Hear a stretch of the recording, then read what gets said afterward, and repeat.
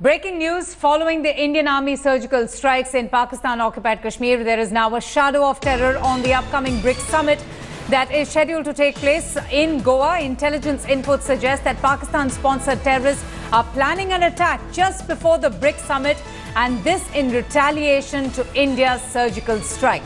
The summit is scheduled for the 15th and 16th of October. Intercepts between handlers across the borders and terrorists in Maharashtra, in fact, have made the Ministry of Home Affairs rush crack K9 teams of the Indo-Tibetan Border Police to Goa to ensure that nothing untoward takes place during this very, very important summit. India Today's executive editor Gaurav Sawant joins us with the very latest. Gaurav, post the surgical strike, this is one of the most important and big international events to take place. Now, amid this threat perception and intelligence agencies raising the alarm, can you tell us what preparations are being made?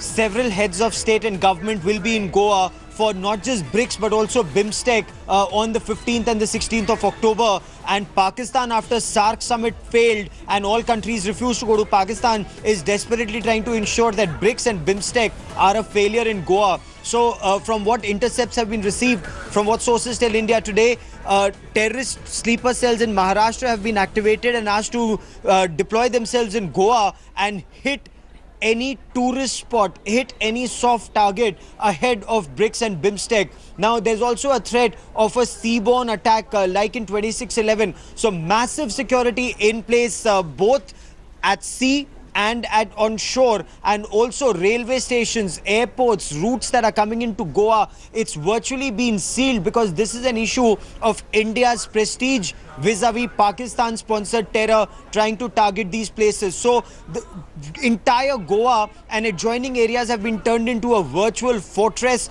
not just by the security of the Prime Minister, not only SPG at these venues, but also NSG commandos, state police and additional forces that have been rushed in from several other places. So, Gaurav, can you just tell us, without divulging too much information, what kind of security drills are usually conducted to prepare for an event of this scale?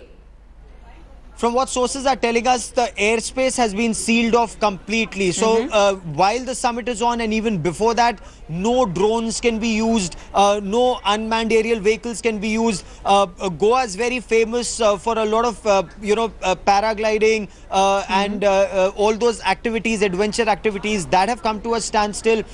Coast Guard has deployed additional resources. The Navy has deployed additional resources. State police forces deployed in full numbers. And apart from state police forces, from what sources are telling India Today, adjoining states have also given a lot of assistance, apart from intelligence sleuths being on ground. So Goa is a virtual fortress because this is India's prestige and Pakistan-sponsored terror, that are literally clashing at Goa. Absolutely, Gaurav. Thank you so much for joining us and getting us more details and updates on that bit of news.